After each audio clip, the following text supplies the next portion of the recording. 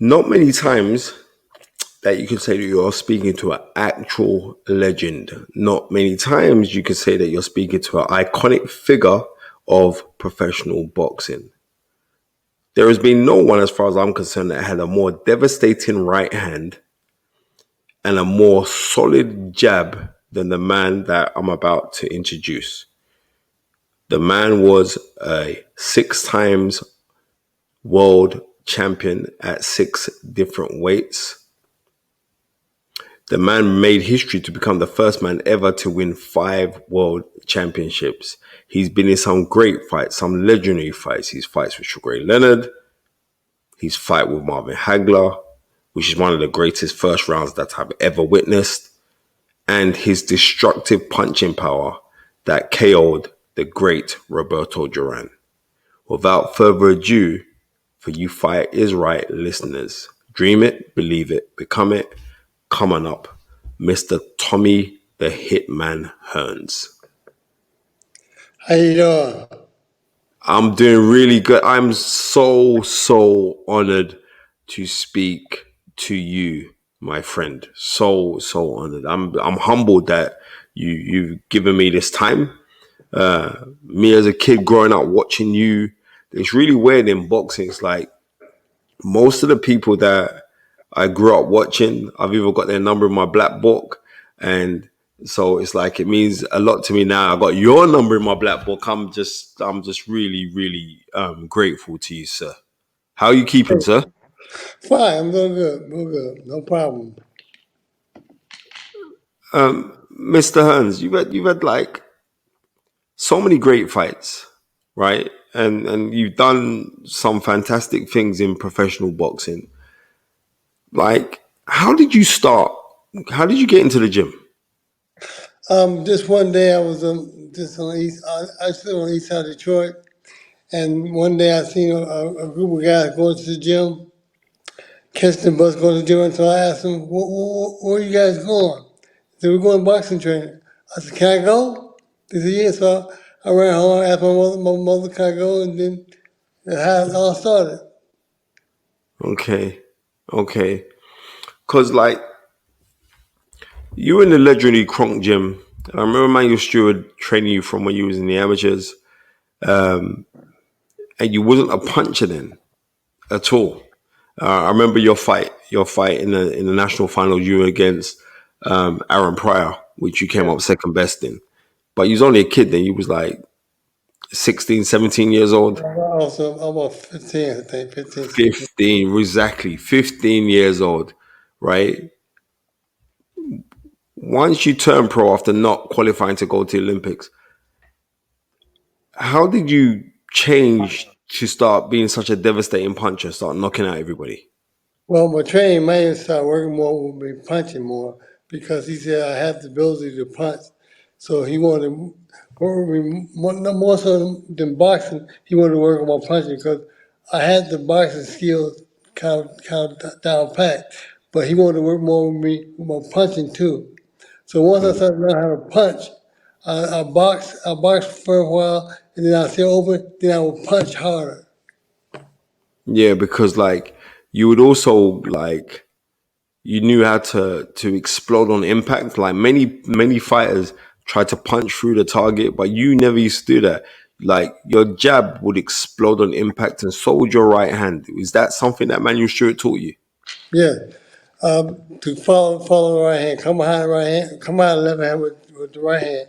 And when I led with the jab and I came back with the right hand, that was totally power behind it.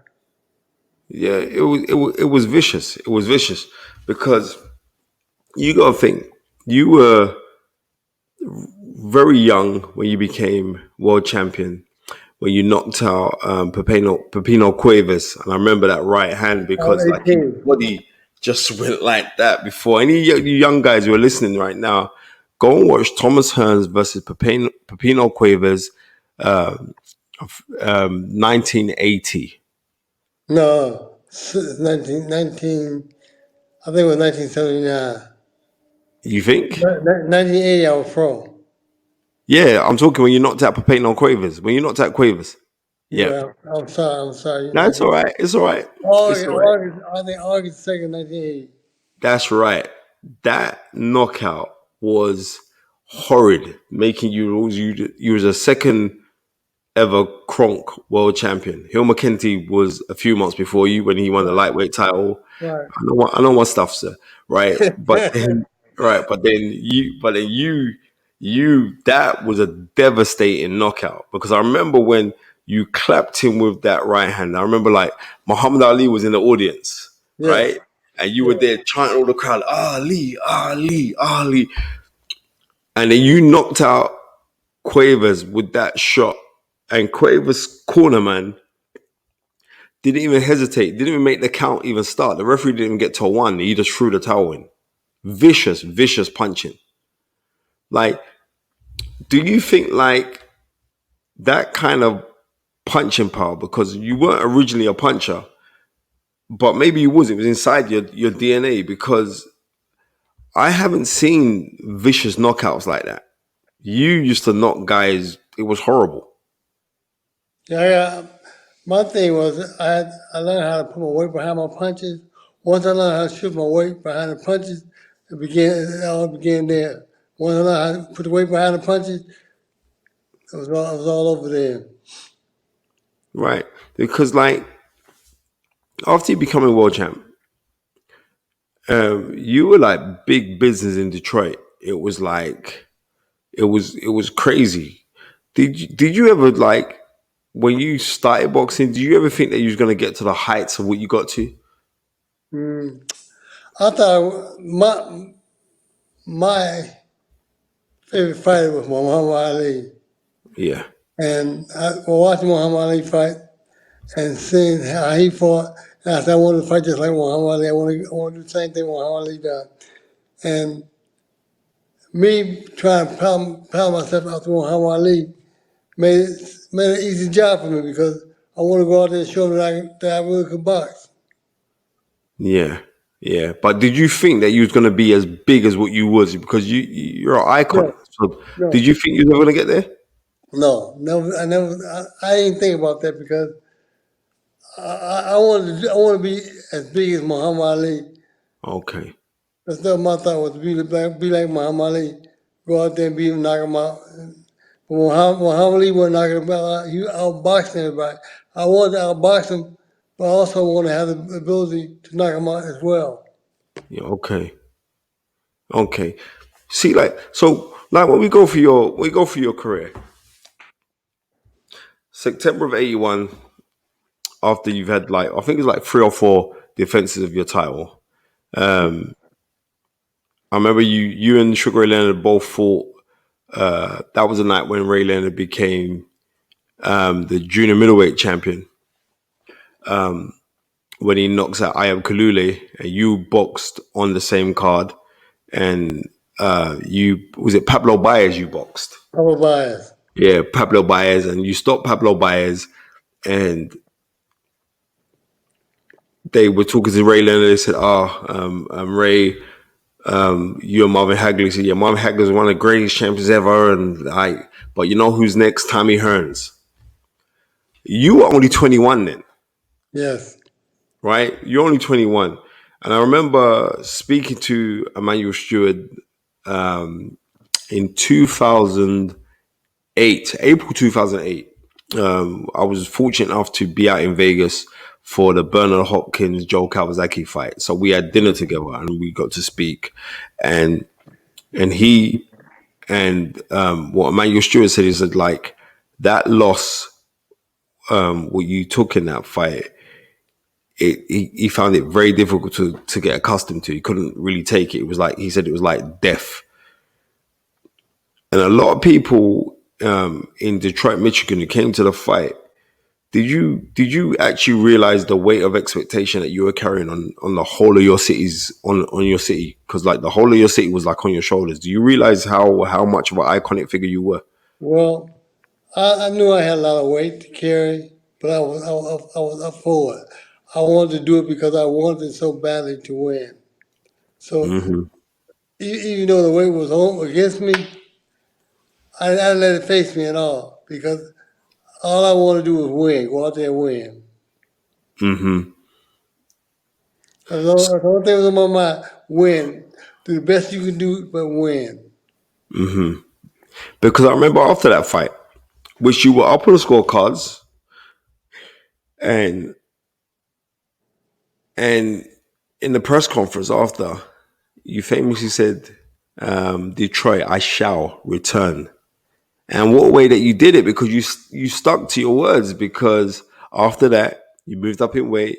You fight Wilfred Benitez, who is one of the most underrated world champions in Most of history, because the man became a world champion at 17 years old, yeah. right? When he beat Cervantes, he goes on, he has the fight with Schuler Leonard where he gets stopped. That was like November of 79. Then he moves up in weight and he knocks out the guy from where I'm from the UK, in Morris Hope, which is a horrid shot that he knocks him out with. That was a horrible, horrible shot that he knocks out Morris Hope with. And then he defends against Roberto Duran, and then he fights you. And we had Mark Breland on a few years ago, and Mark Breland loves you. You do realize that, right? Yeah, me and Michael. Mark Breland loves you to bits, and Mark Breland was saying like his favorite fight is you. And I remember like you spar with Mark. I've seen you spar, you clap it with a right hand, and he's kind of gone. But because it's like the sportsman inside of you, the gentleman inside of you, you kind of allowed him to walk it off, and then you continue sparring. Like when you fought Wilfred Benitez, how difficult was it to try and catch him cleanly? Because this guy was known as being very elusive.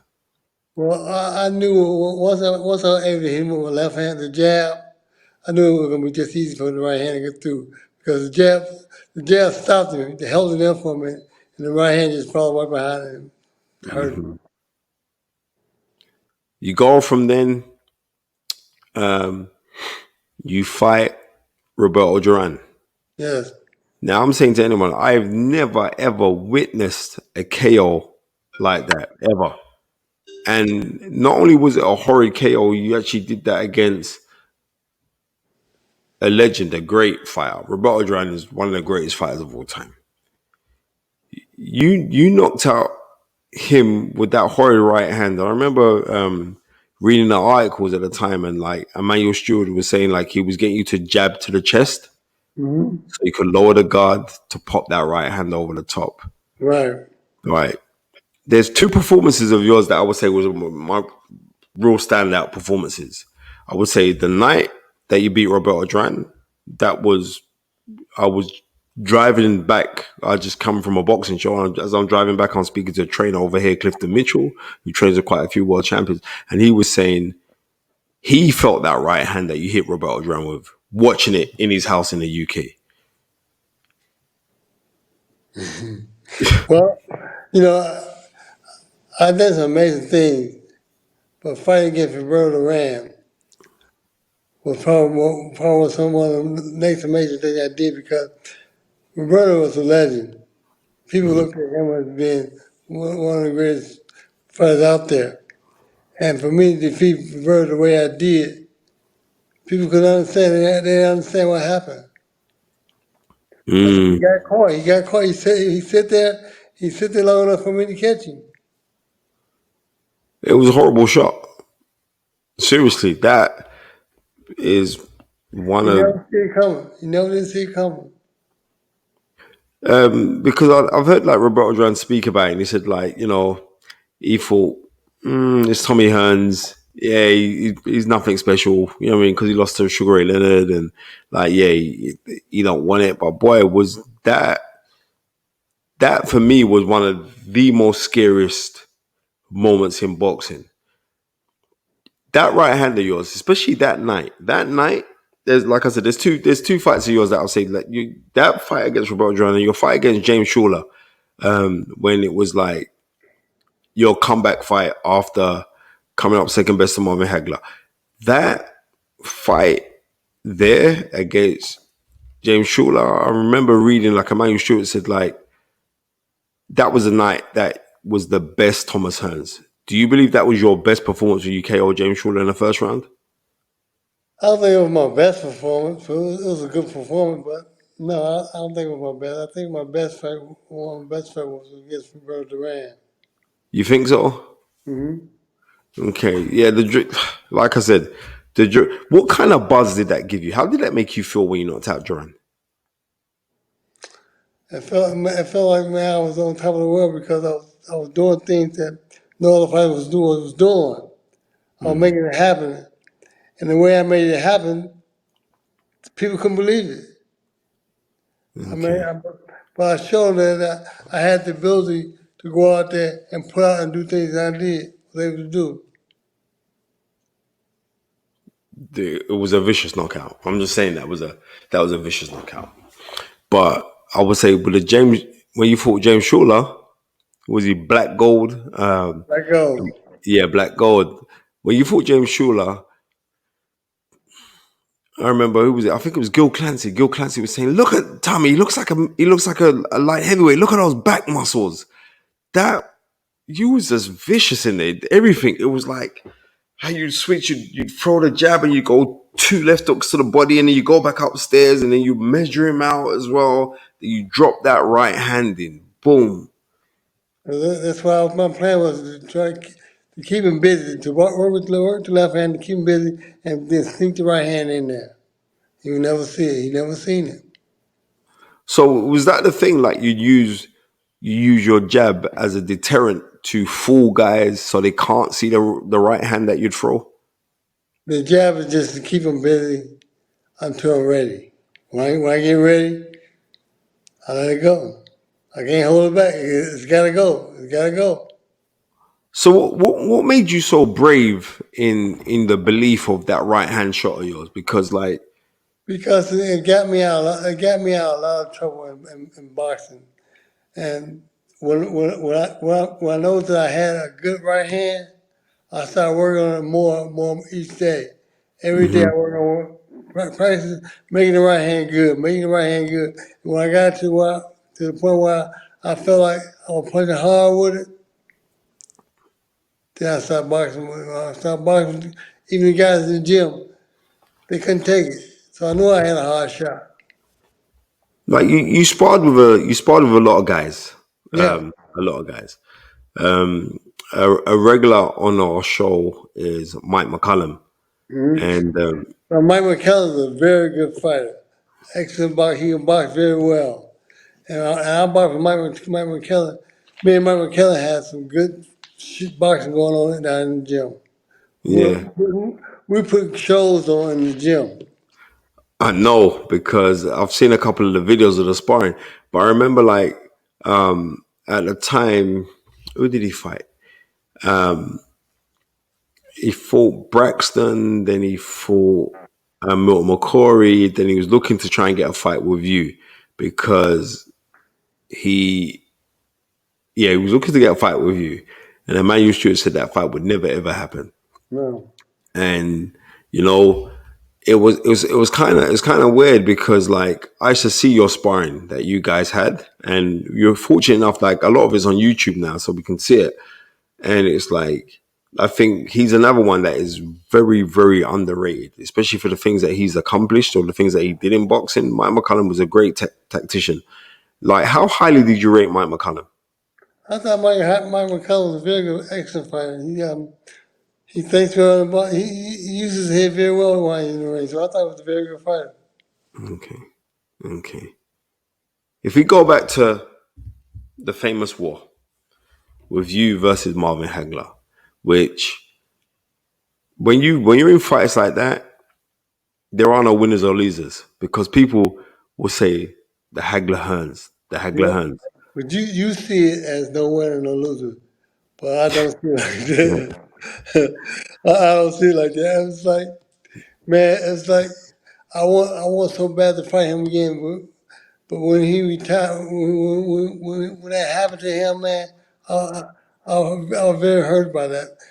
Not so much that I didn't get a chance because he's a good fighter, and I want for the world to have an opportunity to see us do it again. It never did happen. Never did happen.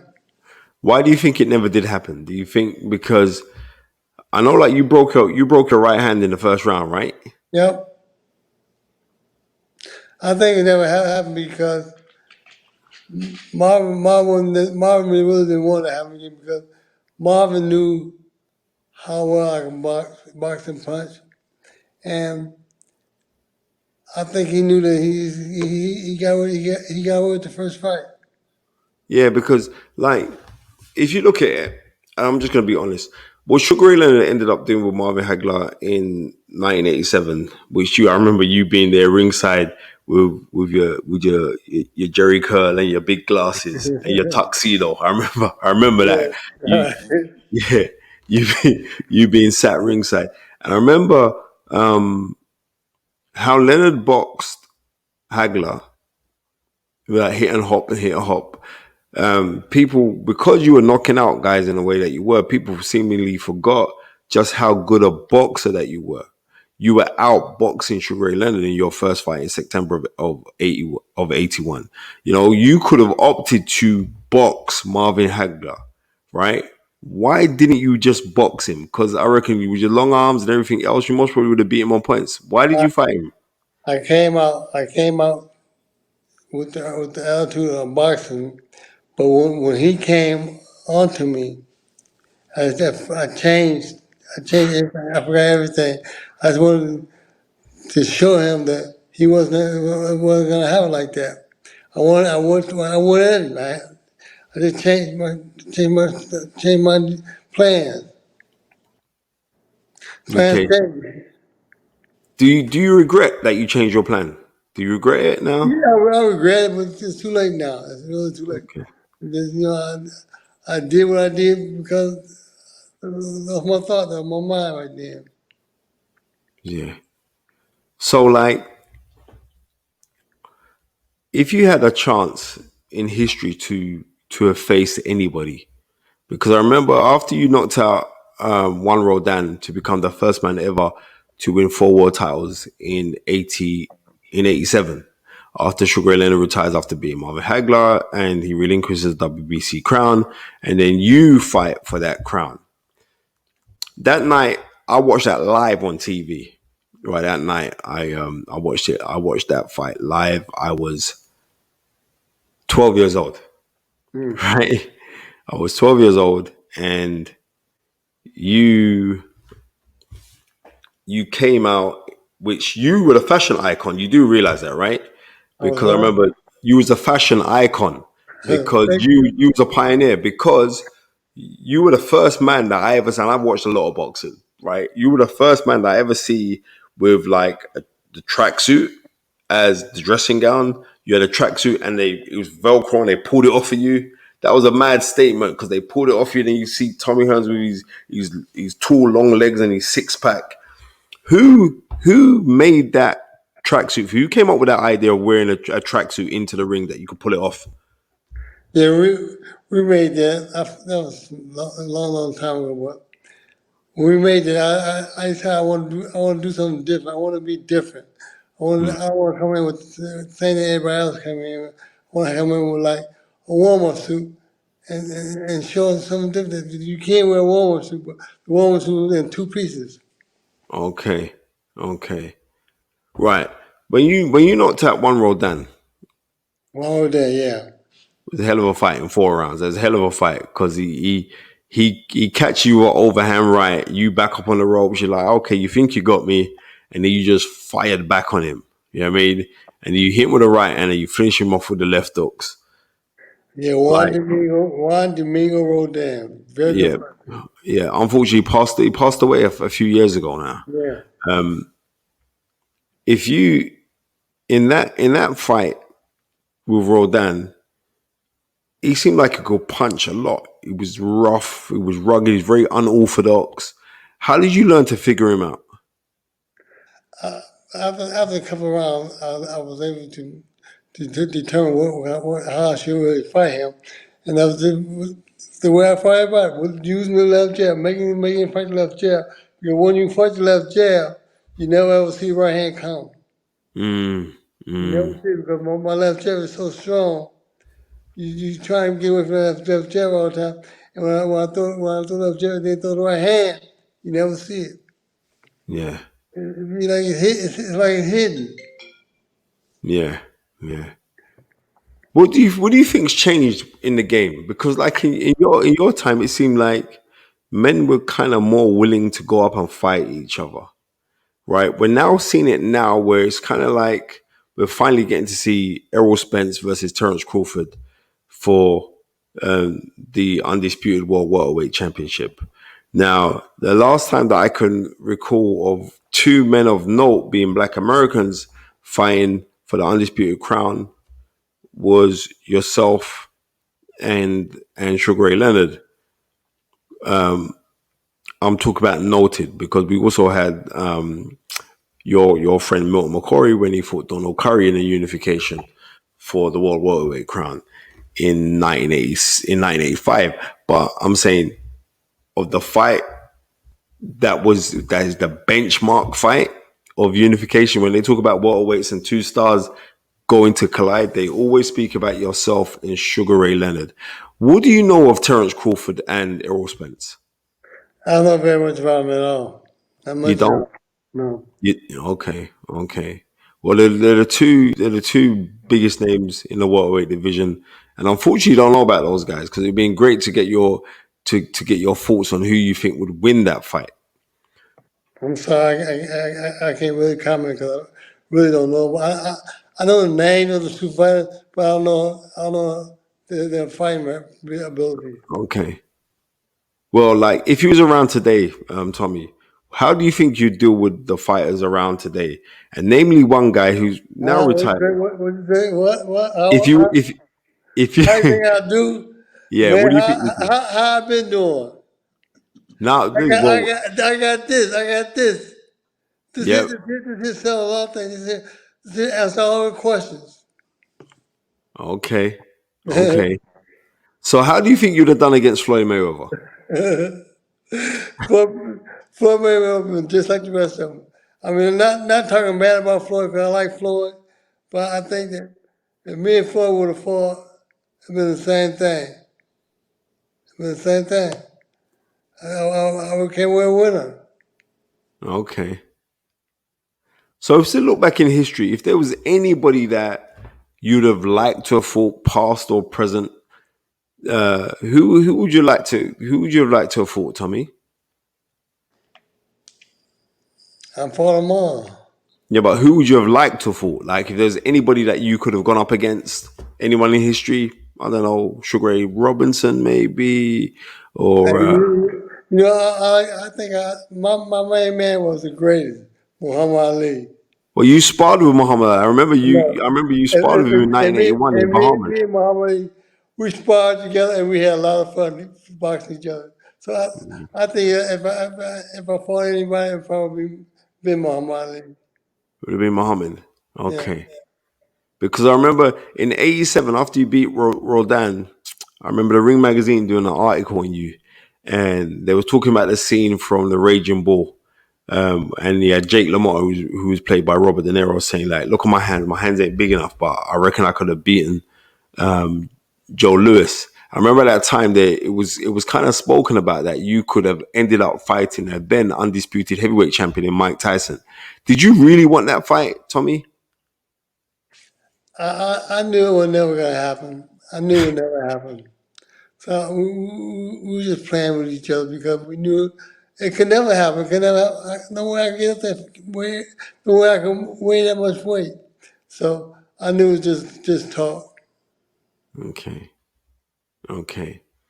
If you had any advice for any young people who are watching this, listening to the great legend that is Tommy Hearns, because you are a legend, what advice would you give to any young fighters right now, sir? I would say to them, make sure you get in there, do what you're supposed to do, train hard, work hard, and expect the best. If you put all into it, you get good things out of it. You don't put your work into it, you don't get nothing out of it. So remember, hard work pays off. Hard work pays off. Mr. Tommy, the Hitman Hearns, who was also the Cobra. Many people Yeah, forget that one. Motor City Cobra.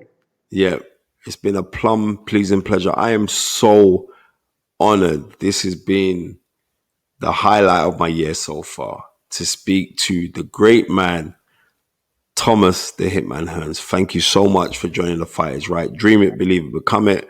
Come on up. Thank you so much. Thank you for doing it. Thank you very much yourself. Thank you. God bless you, sir. Thank you.